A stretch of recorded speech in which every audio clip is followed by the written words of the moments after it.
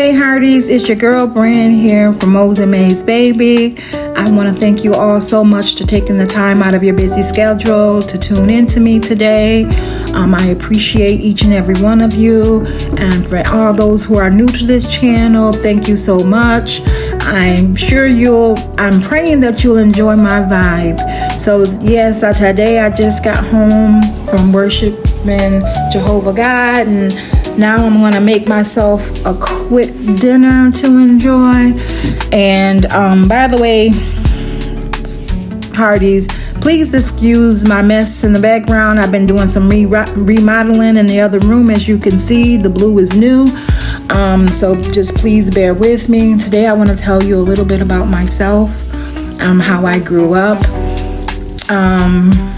Like some of you that are new here, I am the youngest of 10 children. My mother's name was Lily Mae. Everyone called her May. My father's name was Moses. Everyone called him Mose. Hence my name, Mo's and May's Baby. I had 6 sisters and 3 brothers. And I grew up in a place called Conley's Camp.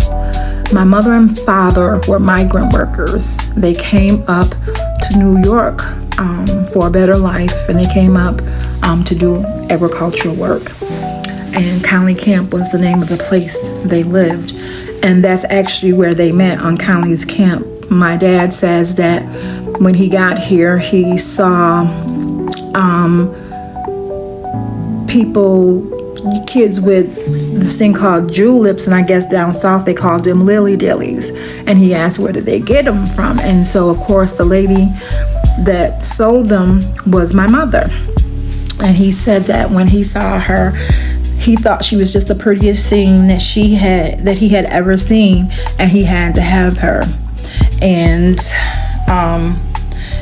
which was kind of crazy, because my mom was actually pregnant with my sister Jeanette when she met my dad, and he said he didn't even care.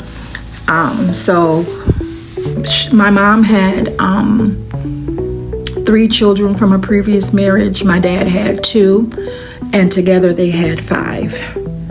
And Conley's Camp, I lived there until I was in the 2nd grade. Conley Camp was divided up into a few sections. People from Florida lived in one area, people from Georgia lived in one area, and people from Arkansas lived in another place. They lived in what was called the alley. And for whatever reason, the people from Florida and Georgia did not always get along with the people from Arkansas.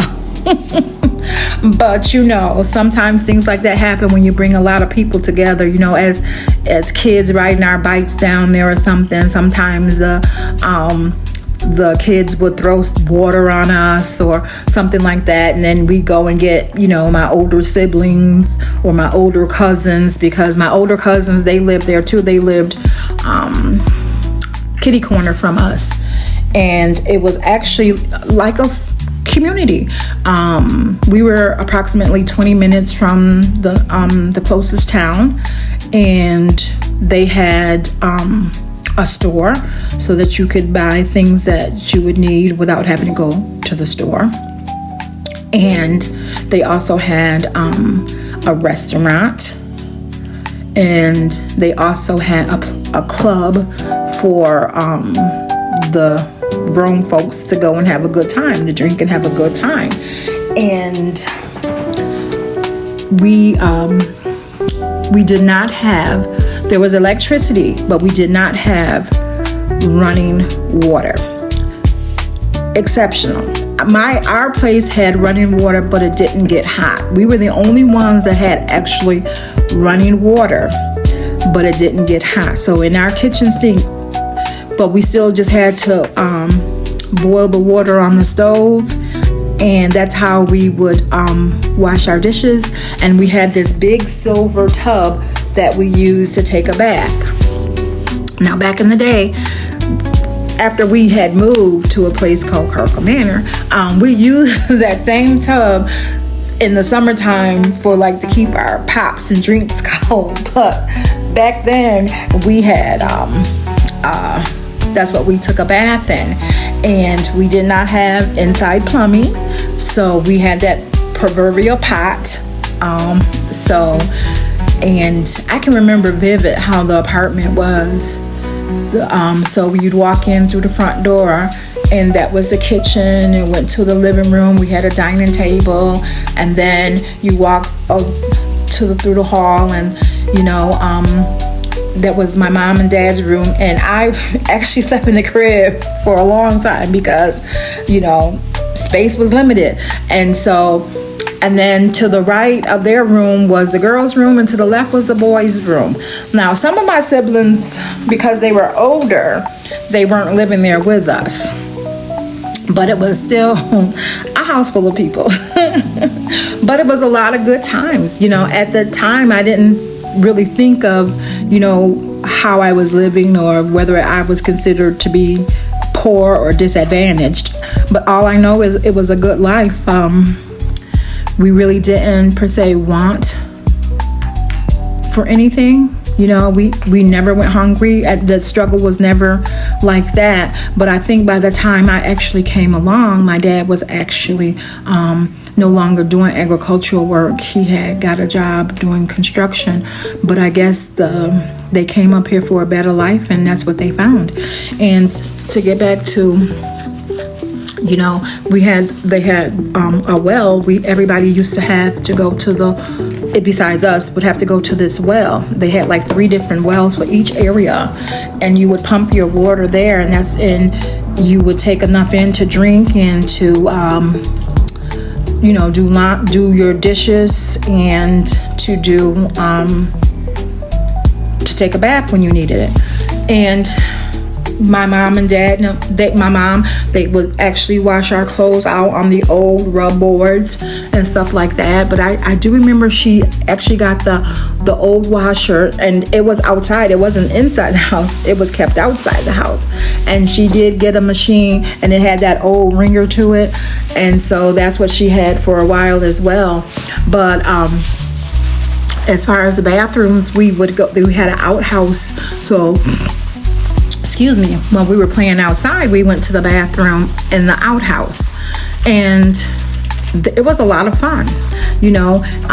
My cousin them had dogs, and I loved animals back during that time, but sometimes there were wild dogs that came around, and I actually got bit by one. And unfortunately, because we didn't know the dog, I ended up having to go to the hospital and get some shots. So I can remember, being in the backseat of the car, crying and everything because I was in so much pain. And so I was kind of not skittish. I was terrified of big dogs. And anybody that knows me knows, a big dog, and I'm out of there. I can remember once a dog was chasing me, and I ran and I jumped in a snowbank. It was in the wintertime, and I don't think I had my gloves on. Kids are kids. And I jumped into this snowbank, and my hands were so cold. And I can remember going home, crying to my moms and saying, "Oh my gosh, moms, my hands are so cold, so cold, so cold, so cold, so cold." And she wrapped them up, and I said, "Put them in hot water, put them in hot water." She says no. And so she wrapped them up and everything so that they would come to room temperature and stuff like that to warm up.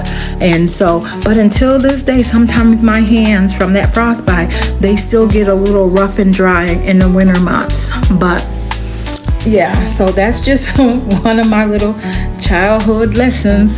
And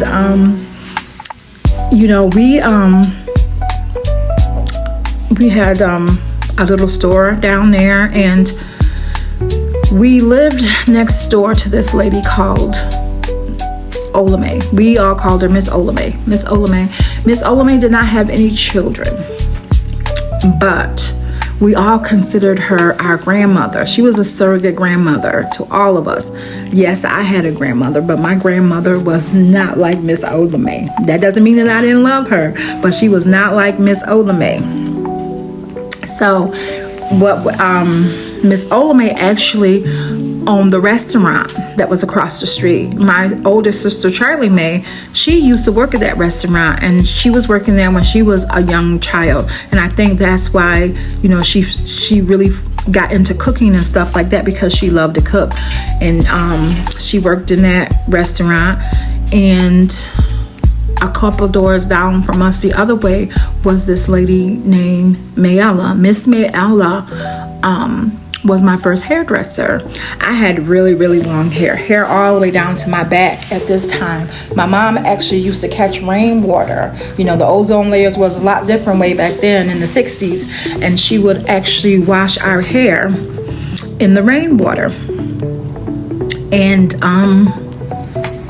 Miss Mayella would press and curl my hair for school. And it wasn't like, we do now, where you get your hair washed every month or something like that, And it was so much hair that, my mom did it like, I don't know, a few times a year. I got it washed and pressed really, really good, And I was very tender-headed.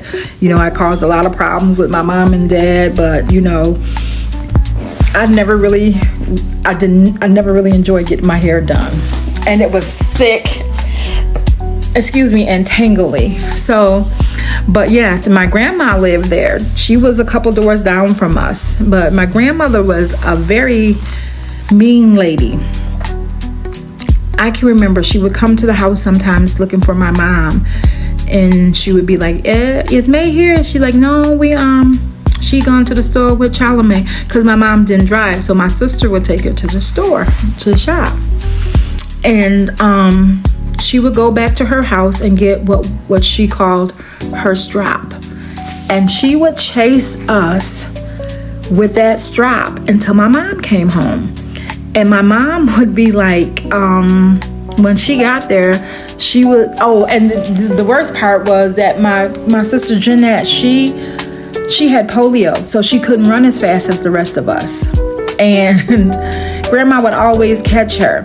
And we're pulling her away from Grandma so Grandma can't hit her, because we had done nothing wrong. And so now my mom gets home and she's just like, hey, what's going on?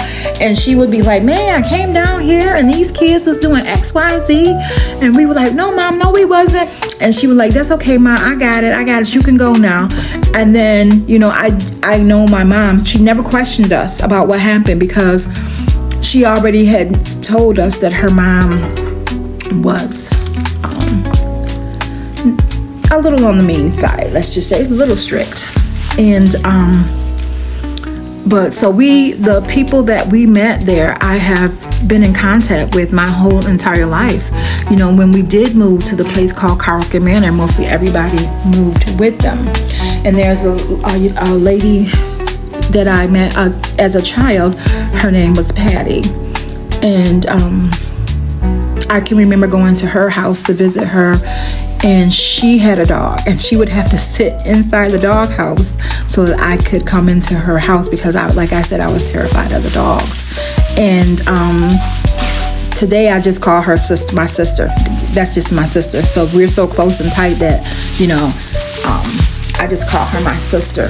And she's had a lot of heartbreak in her life too. Her only child passed away a few years ago. My little niece, she called me auntie, and I miss her. She was so affectionate. She gave the best hugs, and she has the most beautiful smile. But anyways, that's unfortunate what happens in life sometimes. So, but like I was saying before, I had a wonderful childhood. I don't think I would have liked it anything else. We never went hungry. And just, sometimes we have to make peace with our past so it does not affect our present. What others think of us is none of our business. Time heals most things. Give it time. Refrain from comparing your life to others and from judging others. You have no idea what their journey is all about. Sometimes it is all right to not know the answer. It may come to you when you least expect it. You are in charge of your happiness. Smile. Try not to own all the problems in the world. Yes, hearties, we can never judge anybody for what they have or what they don't have. We can only look at the the person who they are. My mom used to always say, it's not what you have, it's how you keep it. You know, we all have a past. You know, some people was born with a silver spoon in their mouth, but I can honestly tell you, I wouldn't trade my childhood for anything. I wouldn't trade my parents for anything. I think I had the best childhood growing up. You know, my dad used to take us fishing. My mom actually made candy with us, and we would sit down on that floor, and she would take corn syrup and stuff like that and make some kind of it was like a brittle candy, and we would have to pull it and pull it and pull it. And my dad actually used to like to make ice cream with us, so it wasn't like we had a dull life. It was a very full life, and I don't know where I would be without the experiences that I have had, you know. And I don't think it makes me less special than anybody else, you know, because of how I was raised. You know, there wasn't electricity. I mean, there was electricity, but there was no heat, so we actually had to use a kerosene heater to stay warm. And then when I was in like the second grade, we actually moved to a place called Carlka Manor. And like I said, the majority of the people that I grew up with on that camp, they also moved to Carlka Manor with me. And so our friendship and that community continued. They actually still do have like we have what's called the County Camp Reunion for people, because some people have moved, you know, away, and people are doing different things now. So they have that every couple years so that we can all get together. And it's not a lot of us left anymore though, but you know, it was, like I was saying, it was a very, very beautiful upbringing, and I wouldn't have changed anything in the world. So I'm completing my little dinner now, Hardee's, and we are going to enjoy our meal. So until next time, never let them steal your joy, and let's just keep living our best life. Thank you to all of you. I love you so much. Have a blessed week.